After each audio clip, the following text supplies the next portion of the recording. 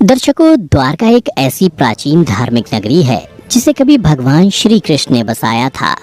हिंदू धर्म में द्वारका को 7 सबसे प्राचीन नगरों में से एक माना जाता है। बाकी 6 नगर हैं मथुरा, काशी, हरिद्वार, अवंतिका, कांचीपुरम और अयोध्या। कुछ लोग द्वारका को द्वारावती, कुशस्थली, आनर्तक, ओखा मंडल, गोमती द्वारका, चक्रतीर्थ, अंतरद्वीप और वाणी दुर्ग के नाम से भी जानते हैं। इस शहर के चारों ओर बहुत लंबी दीवारें थीं, जिसमें कई द्वार थे। कई द्वारों के शहर होने की वजह से ही इस नगरी का नाम द्वारका पड़ा। परंतु अब यहाँ ये सवाल उठता है कि श्री कृष्ण की मृत्यु के बाद अचानक ऐसा क्या हुआ कि ये पूरी नगरी जलमग्न हो गई। दर्शकों, आज की इस वीडियो में हम आपको बताएंगे कि आखिर कब, क्यों और कैसे डूबी श्री कृष्ण की नगरी द्वारका। मित्रों, द्वारिका नगरी श्री कृष्ण की कर्म भूमि के नाम से भी विख्यात है। महाभारत में वर्णित कथा के अनुसार भगवान श्री कृष्ण ने जब कंस का वध किया, तब जरासंध ने प्रण लिया कि वो कृष्ण और यदुवंशियों का समूल नाश कर देगा, और जब भी जरासंध को अवसर मिलता तो वो मथुरा और यदुवंशियों पर दावा बोल देता। उसका अत्याचार रुकने का नाम ही नहीं ले रहा था।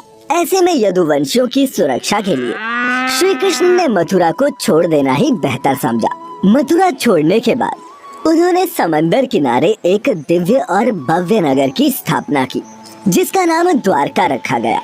यहाँ आने के बाद वो अपने प्रियजनों के साथ सुकून से जीवन यापन करने लगे। फिर वक्त का पहिया घूमा और लगभग 36 वर्ष तक कुशलता पूर्वक राज्य का संचालन करते हुए एक दिन अचानक उनके देह त्यागने के बाद वैभवशाली द्वारका नगरी भी समंदर में समा गई। मित्रों, पौराणिक ग्रंथों में इस घटना से संबंधित 2 कथाओं की जानकारी प्राप्त होती है। पहली माता गांधारी का श्री कृष्ण को दिया गया श्राप, और दूसरी कथा है ऋषियों द्वारा श्री कृष्ण के पुत्र सांब को दिए गए श्राप की। महाभारत का युद्ध समाप्त होने के बाद महर्षि व्यास के शिष्य संजय ने जब गांधारी को ये बताया कि पांडव अपने साथियों और द्रौपदी सहित हस्तिनापुर आ चुके हैं, तो उनको बड़ा मानसिक कष्ट हुआ। फिर भी किसी तरह उन्होंने अपने मन को संभाला। लेकिन जब उन्हें ये बात पता चली कि पांडवों के साथ भगवान श्री कृष्ण भी हैं, तो वह तिलमिला उठी और उनका मन प्रतिशोध के लिए लालायित हो उठा। उन्होंने श्री कृष्ण को श्राप देते हुए कहा, अगर मैंने अपने आराध्य की सच्चे मन से आराधना की है और निस्वार्थ भाव से पतिव्रत का पालन किया हो, तो जिस प्रकार मेरे कुल का नाश हुआ है, बिल्कुल वैसे ही तुम्हारी आंखों के सामने तुम्हारे कुल का भी नाश हो जाएगा। तुम्हारी ये आलीशान द्वारिका नगरी तुम्हारे सामने समंदर में डूब जाएगी। गांधारी के इतना कहने के पश्चात श्री कृष्ण मुस्कुराए और बोले, माता, मुझे इसी आशीर्वाद की प्रतीक्षा थी। मैं आपके इस श्राप को सहर्ष स्वीकार करता हूँ। और इसके बाद वो द्वारका की ओर प्रस्थान कर गए। एक बार की बात है, महर्षि विश्वामित्र, कण्व, देवर्षि नारद आदि द्वारका आए और वो भ्रमण पर निकले। वहाँ कृष्ण पुत्र सांब अपने साथियों संग मौजूद थे। उन लोगों ने ऋषियों के साथ मजाक करने की योजना बनाई, जिस क्रम में सांब को स्त्री का वेश धारण करके और उसे उनसे ये पूछना था कि मेरे गर्भ से क्या उत्पन्न होगा। ऋषियों ने जब देखा कि ये युवक हमारा अपमान कर रहे हैं, तो क्रोधित होकर उन्होंने उसे श्राप दिया कि श्री कृष्ण का ये पुत्र वृष्णि और अंधक वंशी पुरुषों का नाश करने के लिए एक लोहे का मूसल उत्पन्न करेगा, जिसके द्वारा तुम जैसे क्रूर, अहंकारी और क्रोधी लोग अपने समस्त कुल का संहार करेंगे। भगवान कृष्ण और बलराम के सिवा सब लोगों पर उस मूसल का प्रभाव होगा। जब श्री कृष्ण को ये बात पता चली, तो उन्होंने कहा, ये जरूर सत्य होगा। श्राप के फलस्वरूप ही सांब ने मूसल उत्पन्न किया। पर जब ये बात राजा उग्रसेन को पता चली, तो उन्होंने मूसल को चुराकर चुपचाप समंदर में फेंकवा दिया। साथ ही ये भी घोषणा करवा दी कि आज से कोई भी वृष्णि व अंधकवंशी अपने घर में मदिरा का उत्पादन नहीं करेगा। जो भी व्यक्ति छिपकर मदिरा तैयार करेगा, उसे मृत्यु दंड की सजा दी जाएगी। और ये सुनकर द्वारका वासियों ने मदिरा नहीं बनाने का प्रण लिया। इसके बाद द्वारिका में आए दिन अशुभ घटनाएं घटने लगी। कभी तेज आंधी आती, तो कभी तेज तूफान। चूहों की संख्या अचानक से इतनी ज्यादा बढ़ गई कि मनुष्यों से ज्यादा चूहे दिखने लगे और सोते हुए मनुष्यों के बाल और नाखूनों तक को कुतरने लगे।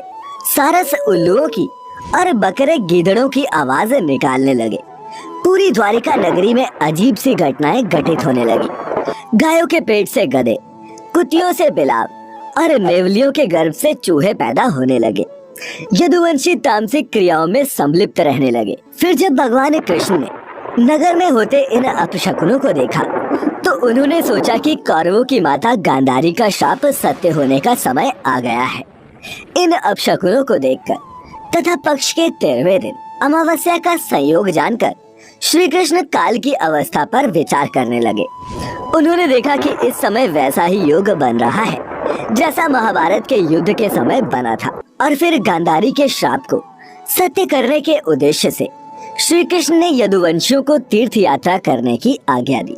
भगवान कृष्ण की आज्ञा से सभी राजवंशी समंदर के तट पर प्रभास तीर्थ आकर निवास करने लगे।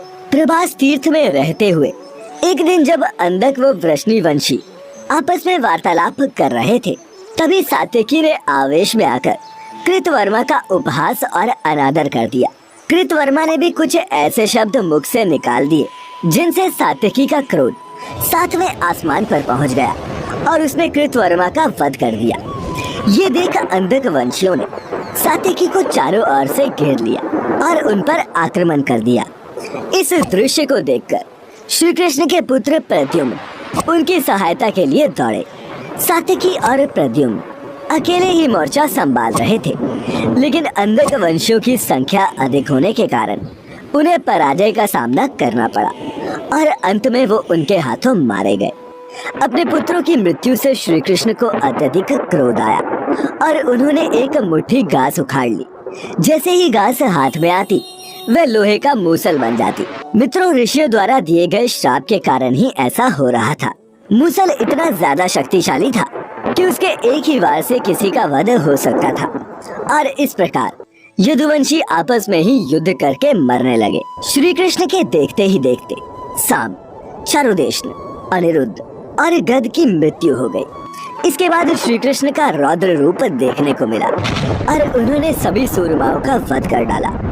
अंत में श्री कृष्ण और उनके सारथी दारुक ही शेष बचे। भगवान कृष्ण ने दारुक से कहा, तुम इसी क्षण हस्तिनापुर जाओ और अर्जुन को सारी घटना विस्तार से बताकर उसको यहाँ ले आओ। दारुक ने उनकी आज्ञा का पालन भी किया। इसके बाद श्री कृष्ण बलराम को उसी स्थान पर रहने के लिए कहकर अपने महल वापस लौट आए और पिता वसुदेव को सारी घटना से अवगत कराया, जिसको सुनकर उन्हें बहुत दुख हुआ। श्री कृष्ण ने अपने पिता से बोला कि जब तक अर्जुन नहीं आ रहा तब तक स्त्रियों की रक्षा का दायित्व आप संभालिए, क्योंकि वन में बलराम प्रतीक्षारत है। मैं उन्हीं के पास जा रहा हूँ। नगर में स्त्रियों की चीख पुकार मचनी शुरू हो गई। ऐसे में श्री कृष्ण ने स्त्रियों को सांत्वना देते हुए कहा कि घबराइए मत, अर्जुन आने वाले हैं और वे सब संभाल लेंगे। इतना कहकर वे वन की ओर चल पड़े। जब कृष्ण वन में पहुँचे तो देखा कि बलराम जी समाधि में लीन हैं। अचानक ही उनके मुख से एक सफेद रंग का सर्प निकला और समंदर की ओर चला गया। मित्रों, वो कोई सामान्य सर्प नहीं था, क्योंकि उसके हजारों मस्तक थे। और इतना ही नहीं, समुद्र ने स्वयं प्रकट होकर उस शेषनाग का अभिवादन किया। कुछ ही देर में बलराम ने अपने शरीर को त्याग दिया।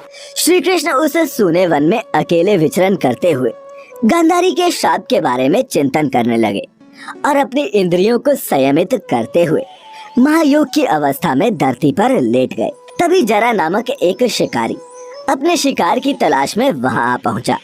दूर से उसे लगा कि वहां कोई हिरन है और उसने बाण चला दिया, परंतु जब वह अपने शिकार को पकड़ने के लिए आगे बढ़ा तो वहां श्री कृष्ण थे। ये देखकर उसे बड़ा पछतावा हुआ। भगवान ने उस शिकारी को आश्वासन दिया और स्वयं परम धाम चले गए, जहाँ कई मुनि और देवताओं ने उनका भव्य स्वागत किया। फिर वो शिकारी हस्तिनापुर गया और पांडवों को पूरी घटना की जानकारी दी, जिसे सुनकर पांडव बड़े दुखी हुए। दूसरी तरफ अर्जुन भी द्वारका पहुंच गए थे। वहां की स्थिति देखकर उनके मन को बड़ा क्षोभ हुआ। श्री कृष्ण की रानियों ने जब अर्जुन को देखा तो उनकी आंखों से भी अश्रु की धारा निकल पड़ी। इस दृश्य को देखकर अर्जुन की आंखें भी नम हो गई। वहाँ का पूरा माहौल ही शोकमय हो गया। वसुदेव भी वहीं उपस्थित थे। उन्होंने अर्जुन को श्री कृष्ण का संदेश बताते हुए कहा कि द्वारिका नगरी समुद्र में डूबने वाली है, इसीलिए आप नगर वासियों को लेकर किसी सुरक्षित स्थान पर चले जाएं। वसुदेव जी की बातें सुनकर अर्जुन ने दारुक से सभी मंत्रियों को बुलाने के लिए कहा। मंत्रियों के आते ही अर्जुन ने कहा कि मैं सभी नगरवासियों को यहाँ से इंद्रप्रस्थ ले जाऊंगा, क्योंकि शीघ्र ही इस नगरी को समंदर अपने में समा लेगा। इसके बाद सभी मंत्री तुरंत अर्जुन की आज्ञा के पालन में जुट गए। अर्जुन ने वह रात श्री कृष्ण के महल में ही बिताई। अगली सुबह श्री कृष्ण के पिता वसुदेव जी ने भी प्राण त्याग दिए।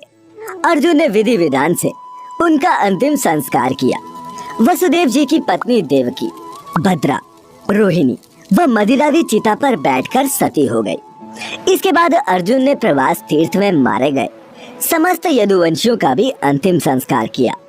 7वें दिन अर्जुन श्री कृष्ण के परिजनों तथा सभी नगरवासियों को साथ लेकर इंद्रप्रस्थ की ओर चल दिए। उन्हें सभी के जाते ही द्वारका नगरी समंदर में डूब गई। इस दृश्य ने सभी को आश्चर्य में डाल दिया था। और मित्रों, इस प्रकार सोने से सजी द्वारिका डूब गई। यह दृश्य देखकर सभी को बड़ा आश्चर्य हुआ और 2005-2007 में भारतीय पुरातत्व सर्वेक्षण के निर्देशन में भारतीय नौसेना के गोताखोरों ने समुद्र में समाये द्वारका नगरी के अवशेषों को खोज निकाला, जो इस पौराणिक कथा की प्रामाणिकता को साबित कर चुका है। इस खोजी टीम को समुद्र में 560 मीटर लंबी द्वारका की दीवार भी मिली। इतना ही नहीं, उन्हें पौराणिक समय के कुछ बर्तन भी मिले जो 1528 ईसा पूर्व से 3000 ईसा पूर्व के हैं। खोजकर्ताओं की माने तो समुद्र की गहराई में मिली ये नगरी लगभग 9000 साल पुरानी है। तो दर्शकों, उम्मीद करता हूँ कि आपको हमारी ये कथा पसंद आई होगी। अगर पसंद आई हो तो ज्यादा से ज्यादा लाइक और शेयर करें। साथ ही ऐसी ही पौराणिक कथा की जानकारी के लिए अभी हमारे YouTube चैनल को सब्सक्राइब करें।